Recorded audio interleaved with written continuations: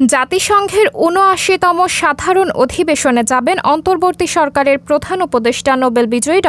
মোহাম্মদ ইউনূস। নিরাপত্তা দল বাদ দিয়ে ২০ থেকে ২৫ জনের সফর সঙ্গী নিয়ে যুক্তরাষ্ট্রের নিউ ইয়র্কে যাবেন তিনি। আর এটি ড. ইউনূসের প্রথম বিদেশ সফর হতে যাচ্ছে। পররাষ্ট্র মন্ত্রণালয়ের কর্মকর্তারা বলছেন, প্রধান উপদেষ্টা জাতিসংঘ অধিবেশনে যাবেন। সবকিছু ঠিক থাকলে আগামী ২২ সেপ্টেম্বর ঢাকা থেকে নিউ ইয়র্কের উদ্দেশ্যে রওনা হবেন তিনি। অতীতের মতো গতানুগতিক না করে সফরটি তাৎপর্যপূর্ণ করতে চায় অন্তর্বর্তী সরকার।